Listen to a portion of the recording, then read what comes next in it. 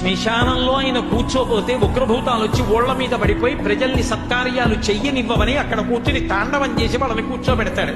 పార్వతీదేవి అడిగింది మహాభారతం అనుశాసనిక పర్వంలో, శుభ్రమైన కైలాసం ఉండగా, ఇంత ఐశ్వర్యం ఉండగా, చింతామణి గృహం ఉండగా శ్మశానంలో ఎందుకుంటున్నారని అడిగింది. అడిగితే ఆయన చెప్పాడు, పార్వతి బతికున్న నాళ్ళు అన్ని చోట్లకి వెడతారు, ఏమీ తోచట్లేదు, శ్మశానానికి వెళ్ళొద్దామని ఎవరు రారు పార్వతి.